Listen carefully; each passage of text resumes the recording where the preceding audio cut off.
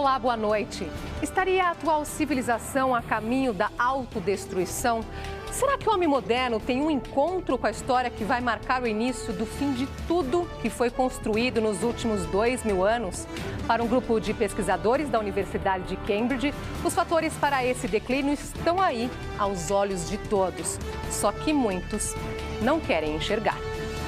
Para citar apenas alguns, os estudiosos apontam as mudanças climáticas, a degradação ambiental, as desigualdades econômicas e governos autoritários que atropelam os direitos civis e as liberdades fundamentais conquistadas ao longo do último século. Nunca é demais lembrar, segundo os historiadores, que os grandes impérios não foram destruídos, eles se autodestruíram. Esta edição do Matéria de Capa, que passa em revista as ameaças da civilização atual, está apenas começando. Fique com a gente.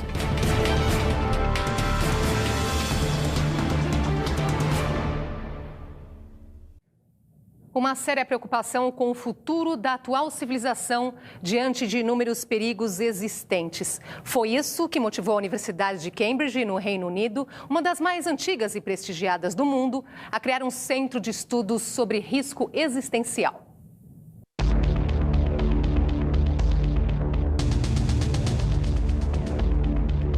Aprender com o passado para tentar prever o futuro. Esse é o ponto de partida dos pesquisadores do Center for the Study of Existential Risk da Universidade de Cambridge. Entre as principais lições da história, segundo eles, está o fato de que nenhum dos grandes impérios sobreviveu. E mais, na maioria das vezes eles se autodestruíram. Entre as causas principais destacam-se a expansão exagerada, a perda de controle dos novos territórios e o despreparo dos governantes. Dos egípcios aos gregos, romanos e ao Império Britânico, sobre o qual se dizia que o sol nunca se punha, todos desapareceram ou encolheram, como o atual Reino Unido. A grande questão que se coloca hoje, segundo os estudiosos, é descobrir as semelhanças entre a ascensão e queda desses reinados e a civilização atual.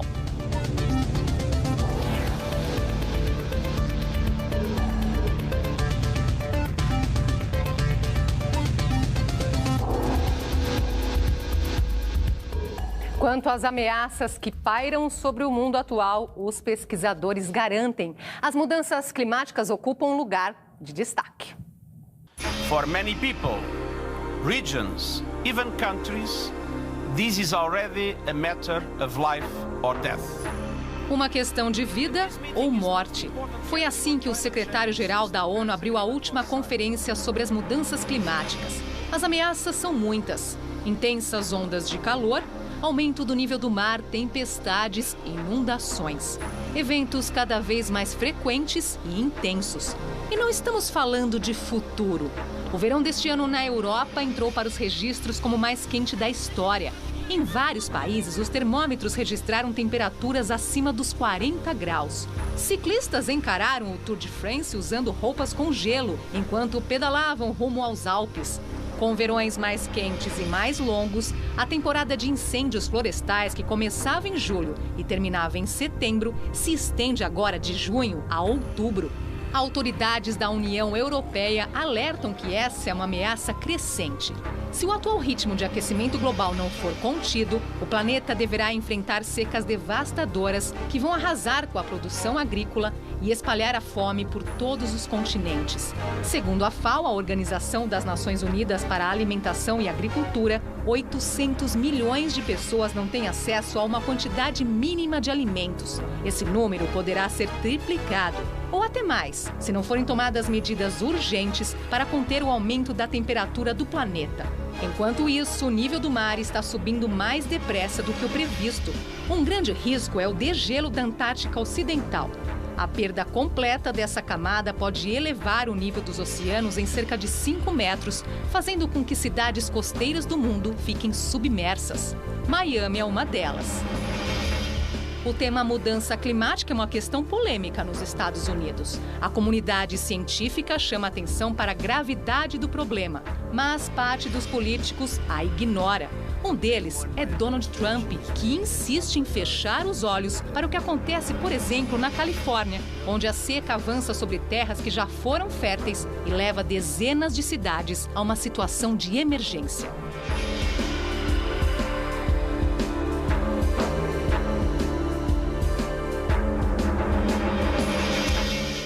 O fato é que o mundo inteiro enfrenta um desafio que é como organizar as suas sociedades e como fazê-las conviver conjuntamente num ambiente global e universal, porque os temas passaram a ser universais.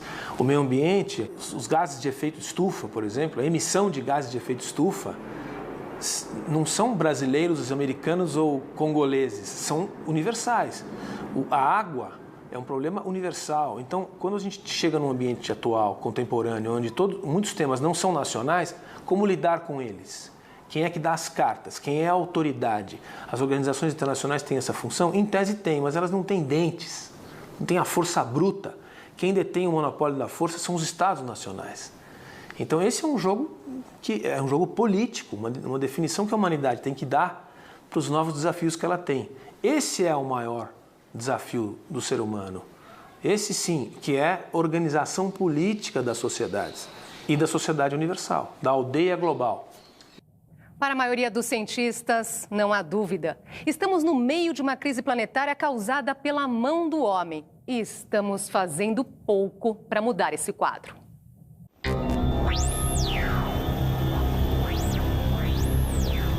No ano passado, 12 milhões de hectares de florestas tropicais desapareceram. Isto significa o mesmo que destruir 30 campos de futebol por minuto. O Brasil foi o país que mais perdeu árvores, 1.300.000 hectares de florestas primárias. O ritmo de destruição é acelerado. Segundo o INPE, o desmatamento na Amazônia atingiu 920 quilômetros quadrados em junho, um aumento de 88% comparado ao mesmo período do ano passado. Os especialistas afirmam que estamos longe de vencer essa batalha, mas é possível. Um caso bem-sucedido é a Indonésia. O país reduziu a perda de florestas primárias em 40% em 2018, investindo em políticas para diminuir o desmatamento e punindo empresas que descumpriram as leis. Vale lembrar que as florestas são essenciais para a manutenção da biodiversidade. Lá vivem inúmeras espécies que fazem parte de uma longa cadeia alimentar, incluindo algumas ameaçadas de extinção, como onças, tigres, leões e diferentes variedades de aves. Essas populações diminuíram 60% em pouco mais de 40 anos, de acordo com um relatório da ONG WWF. O peso da mão do homem no meio ambiente não para por aí. Mais de 400 milhões de toneladas de metais pesados, solventes e resíduos industriais são despejados todos os anos nas águas do mundo. Os fertilizantes usados na agricultura e que entram nos ecossistemas costeiros constituem outra ameaça, que afeta diretamente a saúde das pessoas. A responsabilidade é de todos. Só para se ter uma ideia, quando um morango chega à nossa mesa, ele pode carregar vestígios de até 20 tipos diferentes de agrotóxicos. Segundo a ONU Meio Ambiente, soluções existem, mas são necessárias ações mais corajosas. Isso é urgente para reduzir maiores danos para o planeta, a saúde humana e as economias.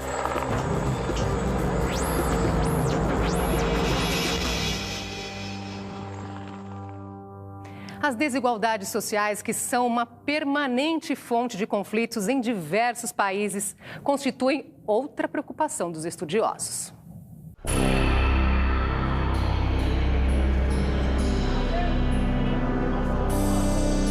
Mais da metade da população global vive hoje com menos de $3, cerca de R$10 por dia.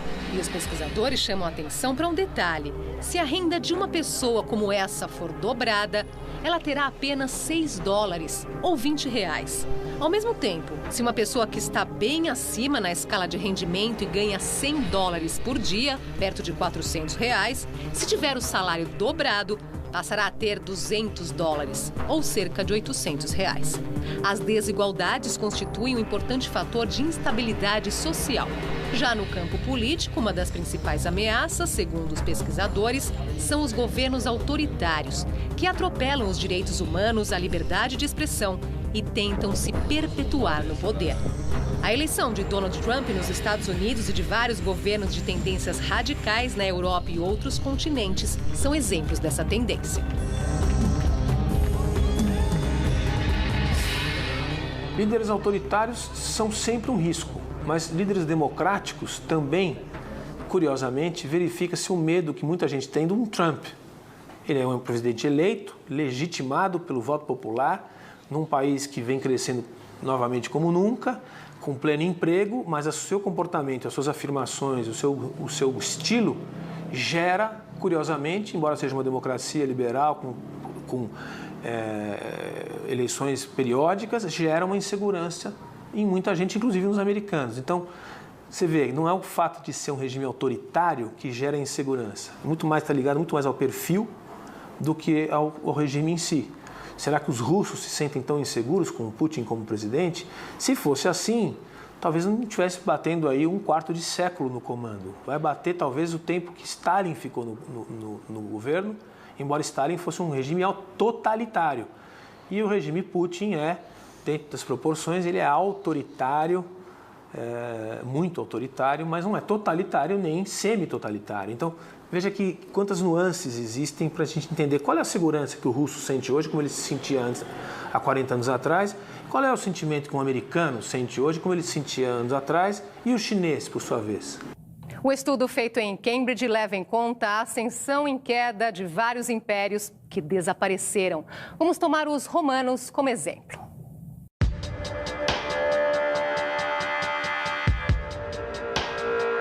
No auge do seu poder, durante o reinado de Trajano, no segundo século da era cristã, o Império Romano estendia-se da Europa à África e Ásia, compreendendo mais de 5 milhões de quilômetros quadrados. No ano 390, a extensão caiu para 4 milhões e 400 mil quilômetros e, em 5 anos, para menos da metade, 2 milhões de quilômetros. A expansão exagerada e a falta de liderança foram os fatores fundamentais para a queda. Em 410, Roma era invadida pelos visigodos. Em 455, pelos vândalos. Aos poucos, os invasores bárbaros se apossaram do que restava do Império na Europa, o que fez com que Constantino, no ano de 476, levasse a sede para Bizâncio, então rebatizada para Constantinopla, a atual Istambul. Após a mudança, o Império Bizantino ainda iria durar 1000 anos até a derrota para os otomanos no ano de 1453. Para os pesquisadores de Cambridge, a grandeza de um império como o romano, o persa e o Egito dos faraós não significa uma garantia de imunidade.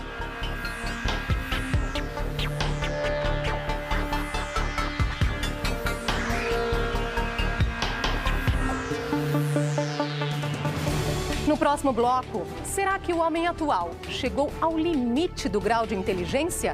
E mais, cientistas alertam, a extensão da crise climática supera qualquer evento natural ocorrido em 2000 anos. A gente volta já.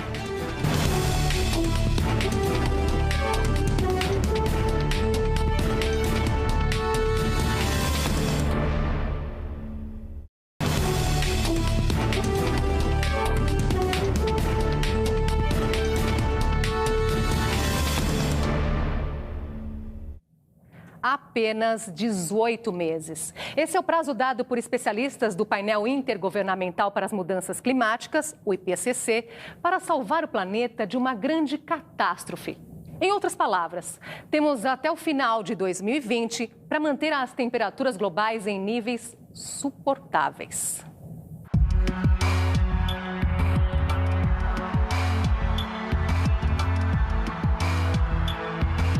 A crise climática transformou o cenário mundial rapidamente e tornou ainda mais urgente a necessidade de ação. Se antes se falava em 12 anos como prazo para reverter parte do aquecimento global, hoje não resta dúvida. Até o final de 2020, as emissões de dióxido de carbono terão que ser drasticamente reduzidas em todo o mundo, ou não será possível evitar as grandes catástrofes naturais e a perda de ecossistemas. Em 2018, cientistas do IPCC estabeleceram 1,5 grau como limite máximo de aquecimento no planeta, mas isso só será possível se reduzirmos 45% das emissões dos gases que provocam o efeito estufa na atmosfera até 2030. Atualmente, nenhum país do mundo está sequer perto de atingir essa meta. Agora, especialistas alertam para um cenário ainda mais preocupante e pedem que todos os esforços estejam voltados para ações de combate ao aquecimento global e que as medidas necessárias sejam implantadas antes do final de 2020. A ideia de ter o ano que vem como prazo máximo foi defendida primeiramente em 2017 por Hans Joachim, fundador e diretor do Instituto Potsdam de Pesquisa sobre o Impacto Climático na Alemanha, e vem se fortalecendo entre a comunidade científica. A explicação é simples. Se em média os países fazem planejamentos para 5 ou 10 anos, precisarão estar prontos quando a nova década chegar. Para que esta meta seja atingida, vários encontros internacionais estão previstos para os próximos meses. O ponto alto das discussões climáticas deve acontecer no Reino Unido durante a COP26 em 2020. A Inglaterra se comprometeu a zerar as emissões até 2050. Resta saber se o país conseguirá manter a palavra, já que vem sofrendo com um período turbulento na política desde a aprovação da saída do país da União Europeia.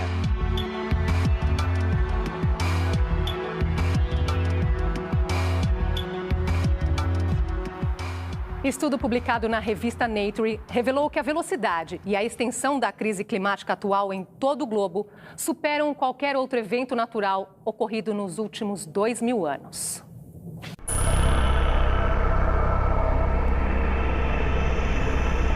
A pesquisa, realizada por um grupo internacional de cientistas liderado pelo Dr. Rafael Neukomm, da Universidade de Berna, na Suíça, demonstrou que a taxa atual de aquecimento é maior que a observada em qualquer período anterior. Os pesquisadores afirmam que o documento derruba de vez os argumentos usados pelos céticos do clima. Até então, muitos negacionistas alegavam que o mundo se aqueceu e esfriou muitas vezes ao longo dos séculos e que o aquecimento visto desde a Revolução Industrial fazia parte desse padrão natural da Terra e, portanto, não haveria com o que se preocupar. O estudo levantou a história climática do planeta nos últimos séculos. Para isso, as equipes reconstruíram as condições climáticas que existiram nos últimos 2.000 anos, usando 700 registros de mudanças de temperatura encontrados em anéis de árvores, corais e sedimentos de lagos. Diversas eras importantes se destacaram. No entanto, nenhum desses eventos climáticos ocorreu em escala global. Os picos ou baixas de temperatura a longo prazo foram detectados com alcance máximo de 50% do globo. Hoje afeta quase a sua totalidade. Os cientistas descobriram ainda que o período mais quente dos últimos 2 milênios se deu durante o século XX em mais de 98% do planeta, o que mostra fortes evidências de que a crise climática global é de fato causada pela ação humana.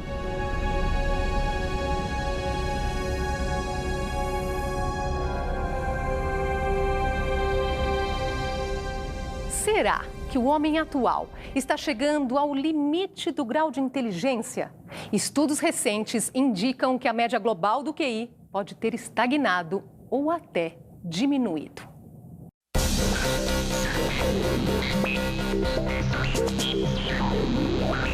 Desde que o teste de inteligência foi inventado, há mais de 100 anos, as pontuações de QI foram aumentando, cerca de 3 pontos por década. Uma pessoa comum hoje seria considerada gênio quando comparada a alguém nascido em 1919, devido a vários fatores ambientais e não genéticos. O avanço da tecnologia contribuiu com esse processo. Pense em todos os símbolos que precisamos reconhecer num computador para realizar uma simples tarefa. Crescer nesse ambiente ajuda a desenvolver habilidades, mas algumas evidências mostram que já podemos ter chegado ao fim dessa era, com o aumento do QI estagnando ou até diminuindo. Em países como a Finlândia, Noruega e Dinamarca, o QI médio caiu cerca de 0,2 ponto por ano. Uma possibilidade é que a educação tenha se tornado menos estimulante. Os alunos hoje usam calculadoras. Mas o que essas mudanças no QI significam para a sociedade? Para o psicólogo Robert Sternberg, da Universidade de Cornell, as pessoas provavelmente são melhores em lidar com celulares complexos e outras inovações tecnológicas do que teriam sido na virada do século XX. Porém, QIs mais elevados não trouxeram soluções para nenhum dos principais problemas do mundo, como a fome, o desemprego, a pobreza, mudanças climáticas, violência. Pois é, a vida moderna ainda não corrigiu nossas tendências irracionais. Pessoas inteligentes nem sempre fazem as escolhas mais corretas. Não seria o caso, então, de investirmos em habilidades sem relação direta com um QI mais alto? Pesquisadores da Leeds University Business School, na Inglaterra, concluíram: investir no pensamento crítico melhora a aprendizagem dos alunos. Uma importante lição em tempos de polarização e notícias falsas. Para David Hobson, autor do livro A Armadilha da Inteligência, por que pessoas inteligentes cometem erros estúpidos, se mudarmos nosso foco, poderemos melhorar o raciocínio e até ganhar sabedoria. Aí, uma quedinha em nosso QI não será o fim da razão, mas o início de uma nova era intelectual.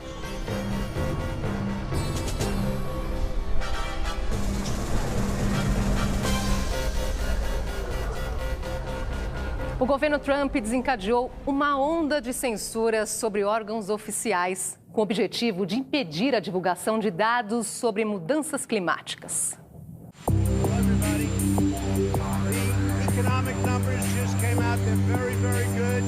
A Casa Branca, segundo orientação do presidente Donald Trump, vem estabelecendo uma rede de censura sobre vários setores da administração. Uma das primeiras vítimas desta política é Maria Caffrey, cientista do Serviço de Parques Nacionais. Ela foi afastada depois de ser impedida de publicar estudos sobre o impacto da crise climática nas reservas florestais dos Estados Unidos. Em carta aberta ao jornal The Guardian, Caffrey acusou o governo de tentar destruir a pesquisa científica. O corte de verbas e as pressões sobre os funcionários são os principais meios utilizados com esse objetivo. Outro pesquisador, Rod Schnover, que trabalhava no setor de inteligência do Departamento de Estado, se afastou voluntariamente. Dias antes, ele havia sido impedido de apresentar relatório ao Congresso sobre os riscos para o país provocados pelas alterações no clima. Por sua vez, a diretora do National Institute of Environmental Health Sciences, Linda Birnbaum, sofreu fortes críticas de líderes republicanos por defender leis mais rigorosas para controle do uso de pesticidas. Diante das reações à sua proposta, ela anunciou a intenção de renunciar ao cargo.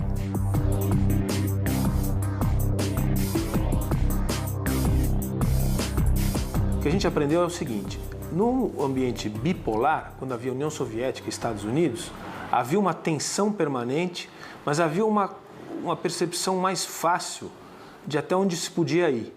A partir de um momento, se fosse, era o fim do mundo, como a gente está tratando aqui. Era o apocalipse. Apertaria-se um botão ali, o outro do outro lado, e nós não estaríamos aqui conversando. Quando veio o pós-Guerra Fria, pós-queda do Muro de Berlim e a desorganização internacional, ficou-se com menos certezas do que poderia acontecer. Os arsenais ou artefatos nucleares foram contrabandeados. Outros países passaram a ter tecnologia para ficar na questão nuclear, né?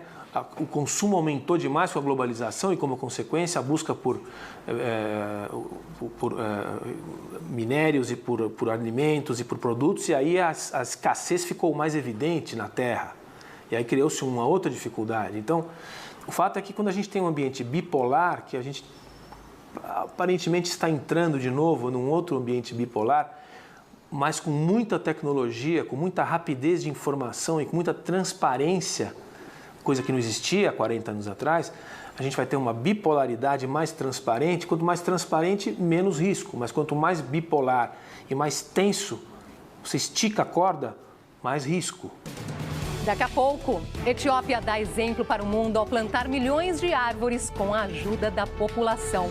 E ainda, as ameaças vindas dos céus. Cientista adverte para o risco do choque de asteroides contra a Terra. Não saia daí.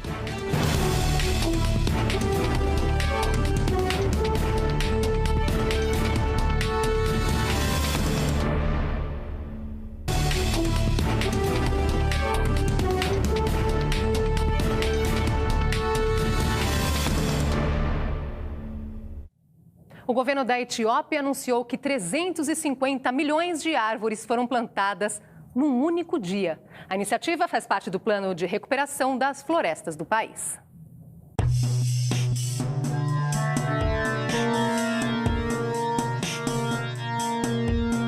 A meta do governo é alcançar o plantio de 4 bilhões de árvores ainda este ano. Para isso, cada um dos 100 milhões de habitantes do país teria que plantar pelo menos 40 mudas ou sementes.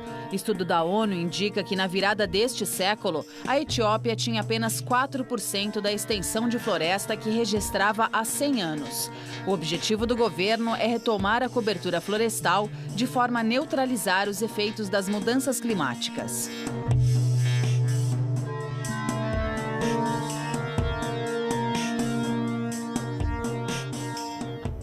As ameaças ao planeta não vêm só das ações do homem, podem vir do céu, como alerta um cientista britânico. Ele se refere ao choque de um asteroide contra a Terra, hipótese que não pode ser descartada.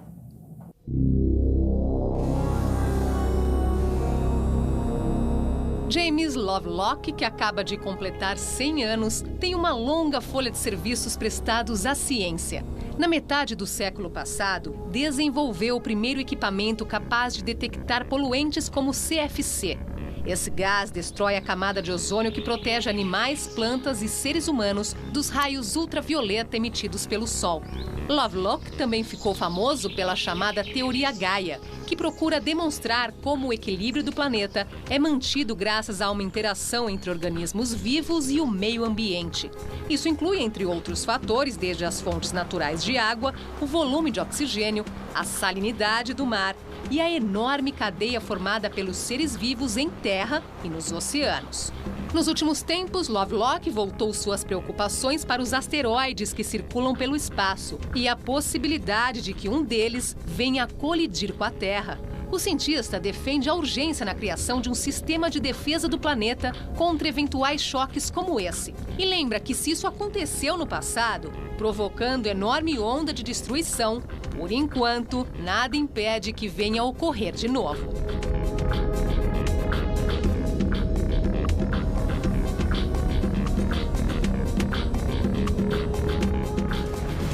Para os integrantes do grupo de Cambridge, os sinais de risco para o planeta são claros e as medidas para reverter esse quadro são viáveis. Ou seja, é possível reduzir as emissões de poluentes, conter a degradação ambiental e reverter a desigualdade social. E, ao mesmo tempo, evitar a expansão dos regimes autoritários. Mas o que está faltando, segundo os pesquisadores, é vontade política e determinação para alcançar esses objetivos.